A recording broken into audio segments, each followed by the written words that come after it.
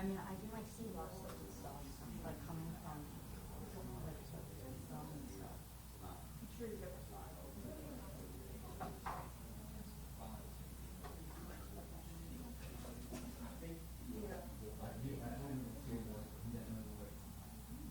yeah, I have the tripod.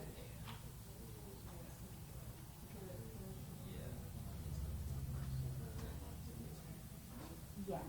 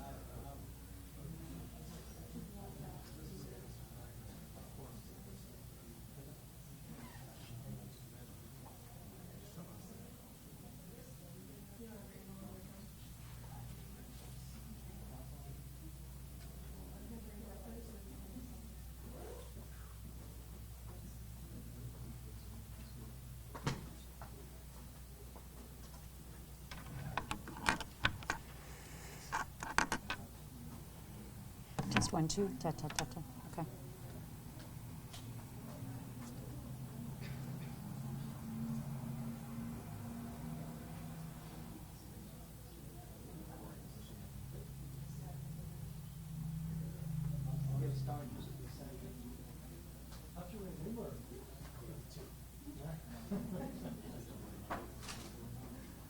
So you just missed us around here, right?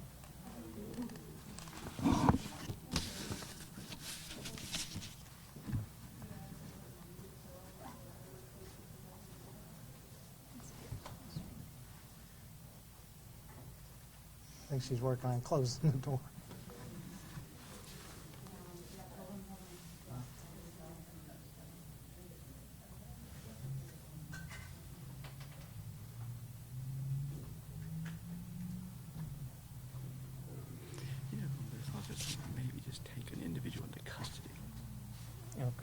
just say that because they're gonna say, what's he been charged with? Tested it. Yeah, just take it to custody. For questioning. Yeah.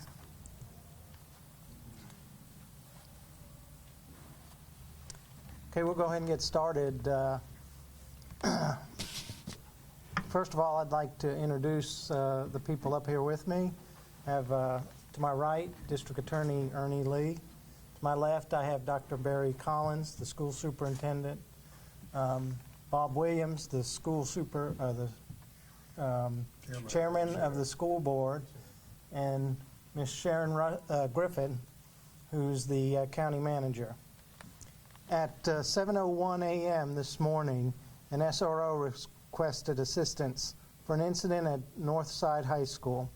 There was a report of a physical altercation between students on campus that resulted in the stabbing of 2 victims. The school resource officer who was on campus rapidly responded to the scene, with the first SRO arriving within 20 seconds, and he was able to take somebody into custody. Staff on the scene provided medical care to the 2 victims until EMS arrived. Both victims were transported to Naval Hospital and provided emergency care. 1 victim succumbed to their injuries.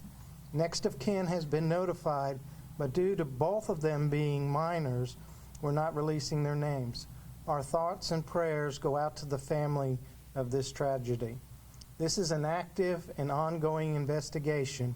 We expect to release more information as it becomes available. Our partnership with the Onslow County Schools enabled the police officer to respond quickly, which certainly prevented any additional injuries. I'd like to thank our partners in this investigation, including the Onslow County Sheriff's Office, the Onslow County District Attorney, Ernie Lee, the FBI, and the North Carolina SBI. So I'll be glad to answer any questions. Chief, I'll start. One of the questions I wanted to ask was this a confirmed stabbing? Well, it appears that did, but we haven't got the autopsy report back. Obviously, this happened several hours ago, and so until we gather all that information, this is active and ongoing, but we do believe that it was a stabbing. Do we know what kind of weapon was used? Was it a That's pointed blade or what? That's all part of the investigation, and it's going to take us some time to sort through all the interviews and look at all the evidence that we recover in the scene. In fact, I think we still have crime scene folks out there processing the scene. Absolutely. And just kind of circling back over some of the notes that I made while you were talking just now. Just want to make sure we're clear. 2 students stabbed. Was a teacher injured as well? I think a teacher was injured, but not stabbed. Understand. Any others injured in the incident?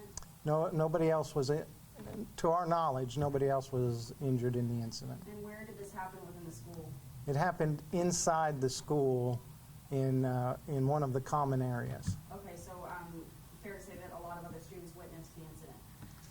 Yes, and that's what's taking us, will take us some time to sort through that. We'll have to do interviews on anyone who saw the incident or potentially saw the incident. Okay. So school is closed for the rest of the day. Parents were notified? I can speak. First of all, on behalf of the school district, we send out our prayers and thoughts to the victims in this case. And I do want to say a special thank you to our staff who has done an outstanding job of being able to handle a situation like this. Our reporting system, the Raptor reporting system, worked well in this case, and everyone that needed to be notified was notified. Our principal there, Brad Staley, did an outstanding job of managing the situation as it unfolded in front of him. So far as the school goes, what we're doing today, we went into a lockdown, obviously, but because of the crime scene and the investigation that was taking place, it made it very difficult for us to be able to mobilize the students within the building. So the decision was made to release those students, I think at around 8:45 to 9 o'clock is when the first students were being released to their parents. But you have to remember, at the same time, the law enforcement was working with us to make sure that any of those witnesses, the names of them, so that we could make sure that we were not losing a witness during that process. So it did take a little while, but I do believe at this point, all the students have been released to their parents. Yes, sir. And Dr. Collins, just for points of clarification, we spoke to some parents that were in the line. They said that other schools had also kind of been on a Yes. lockdown capacity. Yeah. Is that still the case right now? Kind of talk to me about that. I do believe that our staff has worked with them to come out of that lockdown because there is no imminent danger at this point. However, in a situation like this, it is always good for us to look at the way that the situation was handled and if there's anything that we can do to make it better the next time. So those are all the thoughts that are going through our head right now, is how can we make sure that we're making this as effective as we can under the situation. However, I don't know at this time how it could have been done any better than the way it was handled. Considering the circumstances, we had a couple of our own staff who were right there when this happened. And one of those staff members were injured. The SROs, as Chief mentioned, we have two Jacksonville Police Department SROs at the school. They were there on scene within 15 to 20 seconds. So I just want to thank them for what they've done to prevent further injury at this time. The other thing that I need to mention is that at Northside High School, we will come back to school face-to-face on Tuesday. We will have a virtual school day tomorrow for students. The staff will report to the school. We have some things that we need to go over with them and how to address the students when they come back on Tuesday. All athletic events have been canceled for tonight and tomorrow. One of the questions I wanted to ask, you mentioned that this was probably, to your knowledge at this point, probably the best way we could have responded to it as a collective. One question I wanted to ask, though, what does the future look like as far as security for Northside, I guess even for Onslow County Schools, if you want to broaden it out that way? That's something we've been working on all along. As a matter of fact, we've put a lot of resources into the safety and security of our school district this past year with the addition of several SROs that would bring us up to an SRO at every school and 2 SROs at some of our larger high schools. And there are other measures that we've taken in terms of the door locks, the swipe-in door locks, and the cameras and the ring in. But there probably are some other things that we're going to have to look at. And those are the type of things that we'll be looking at in the next days and weeks. And one other question I have, or the last question I have actually for you, Dr. Collins, that I can think of right now, but how does that kind of message work as far as delivering that out to parents? Because a lot of parents said they were just receiving the notification while they were still in line. They got called by a student or a friend of a friend. Right. What was that message that the parents received from either the school system or the Department of Public Safety? Right. So probably what happened in those situations, you have to have an account with the system. So they would have to log their phone number or their cell number into the system for it to respond. So my guess is that in that situation you're talking about, they were not a part of, they hadn't set up an account with the system. So. And do you know what that message might have read verbatim or just like a... I don't know right off the top of my head. It basically tells you that there is an incident occurring and it tells you, and then there's an opportunity for the principal to put in a short message about what to do. How long Okay. were the students in lockdown for? So this began around 7 o'clock. 7:01. And so from 7 to 8:45, and at 8:45, we began a dismissal process that took a while because we had to do that in an orderly fashion. For sure, and I mean, obviously just an hour after kids were dropped off, basically, we got there, but for parents who are unable to pick up their students, what's the situation for them? Are they still at the building? I left about 25 minutes ago, and there were still a few parents, but the vast majority of students had already cleared the building. Dr. Collins, and this might be an answer for either you, yourself, or the chief. Was it a student that was arrested? Yes, it was a student that was arrested. And I would also say to one of your other questions, the city also put out a Connect CTY to every account holder in the city, telling them that there was an incident at Jacksonville High School. Try to avoid the area because Northside. excuse me, Northside. Thank you. And to stay away from that area, and more instructions would follow. So that went out very early in the incident.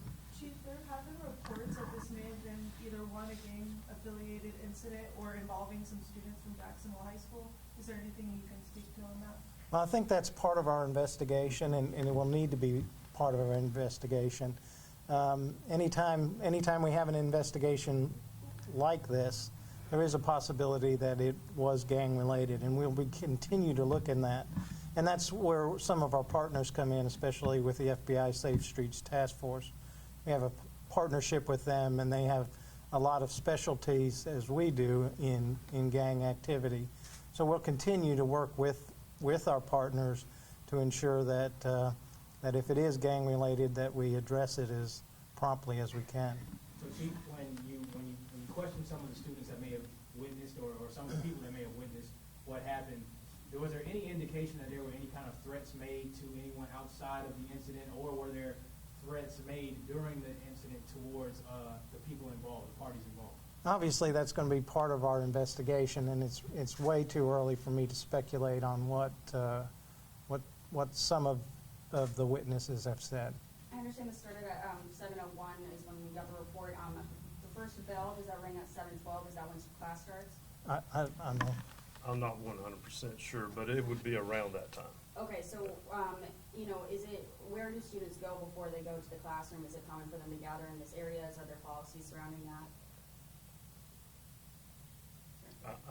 I don't know. We would have to check with Brad Staley, the principal, answer that question. Okay, for sure. And then, was the student arrested? What grade were they in? And then the student that passed, what grade were they in? Let's just say, Look, all that is still under investigation right now by the Jacksonville Police Department. I was contacted first thing this morning by the Chief of Police, and I went to the scene. I was at Northside High School this morning. Quite a few police officers out there. We've got some very experienced, dedicated officers of the Jacksonville Police Department that are investigating this. We've got a lot of issues to deal with here, so we are dealing with a juvenile. And as you all are well aware, back on December the 1st, 2019, North Carolina changed the law where 16 and 17-year-olds will be treated as juveniles. There are going to be some exceptions to that. Just before I came over here, I was over there reading over the juvenile law again. And so we've got to make some decisions about that. In addition, certain things must be triggered, including contacting juvenile justice, which has been done. And we'll be working with them in order to secure the appropriate charges. And at that point, the district attorney's office will be following the juvenile code. And then furthermore, if this case needs to be in Superior Court as an adult, we will get it transferred to Superior Court as an adult. But right now, the investigation is still ongoing. We're still waiting to get some of the facts. I've got a lot this morning, but I still want to be able to review those with law enforcement, then make those determinations how best to proceed to the juvenile proceedings as well as to possible Superior Court. Certainly. And what are the policies on weapons in Onslow County Public Schools? Well, you're not supposed to have a weapon in a public school. That's the law. So you're not supposed to carry a weapon. Sorry. My question would just be, as obviously like everybody has mentioned, ongoing investigation. Absolutely. A lot of moving parts. There are going to be a lot of different people that are going to be providing information. How can we expect to receive those updates? How often? How frequent? And obviously this is a juvenile situation like you just mentioned. But if next of kin is notified and there is someone deceased, can we expect to see a name at any point in time today? Just kind of talk to me about the timeline for information or updates. I mean, I can't speak on behalf of the Jacksonville Police Department. In terms of the District Attorney's Office, I will not be releasing any names because, first of all, we have a juvenile here, we have a victim. I don't know if all the family members have been contacted yet. There's lots of information out there I just don't know. However, at the appropriate time, particularly when you do court proceedings, then a lot of that does become public record, and I can release that information at that time. But again, we're having to deal with both juvenile law and possibly going to Superior Court in this case, and I've got to make sure we comply 100% with the juvenile laws of the state of North Carolina, which we will do. I mean, frankly, before I came over, like I said, I reviewed the law one more time, and it's been a while since I looked at it, but I looked at it again this morning, and I met with two of my assistant DAs who also deal with juvenile law quite a bit, and they're actually still over there reading over some things right now, and I'm going to get another update when I get back. Obviously, juveniles want to be sensitive to the situation. Are you able to release the one that is still in the hospital that has not succumbed to, is still alive? Are they in stable condition? What's their condition right now? I don't know that information, ma'am. That would be the hospital would The be hospital. Okay. My final question is, what is your message to parents right now on safety first week of school as we move forward? Yeah. I'm Bob Williams. I'm the chairman of the Onslow County School Board. Let me just state for the record here that we have a very close relationship with law enforcement in the county, in the city, and the outlying areas at all the cities out there. The Board of Education has done an excellent job over the last 8 years that I've been on the board trying to make sure that our security and our safety of students and staff and the public are up there. We have increased a lot, as Dr. Collins had mentioned earlier. We put a lot of stuff out there so far. We've made a lot of changes, and we continue to do that. With regards to the parents and notifying parents and stuff like that, I got the notification from the city. I live in that neighborhood.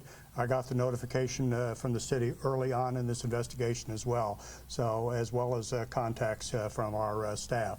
So there's a lot of information that goes out as a chief, and as Ernie Lee, the district attorney, has already mentioned, it takes a little time for us to collate all that stuff, put it together, do a comprehensive investigation. So there's not a whole lot of information that I can give you right now. For sure, and obviously it just happened, so discussion is probably just starting, but are there plans for resources for the students who, have gone through this trauma? Yes, we have already arranged for counselors to be coming to the schools. They'll be there this afternoon to work with the staff. They'll be there Tuesday morning, I'm sure, to work with the students, and anybody in between that time could reach out to us, and I'm sure that we could probably provide some services as well. I have a few more questions for Sure. Chief Nero, the SRO on I would mention too, before you, that the city's crisis counselors were out there at around 7:30. So we were already looking at that early on in this investigation. So go ahead, I'm sorry. No problem. You mentioned the SRO responded swiftly. Did he have to use any force, taser, anything to commandeer this situation at all? Again, that's part of the investigation and part of the process that we'll have to go through, because we'll have to do a lot of interviews. We'll have to look at the evidence. Again, this is really early in the investigation. And you said the teacher is also at the Naval Hospital as well as the other individual that's injured? I don't believe the teacher was transported to the hospital. Teacher, just minor injuries? Just minor injuries. I think EMS took care of them at the scene. Okay, and just rewinding, this is the only other question I can think of. I just wanted to say for points of clarification. This happened in a more open area. Was it the cafeteria main entrance of the high school where this actually took place? Was it were there surveillance cameras in that area?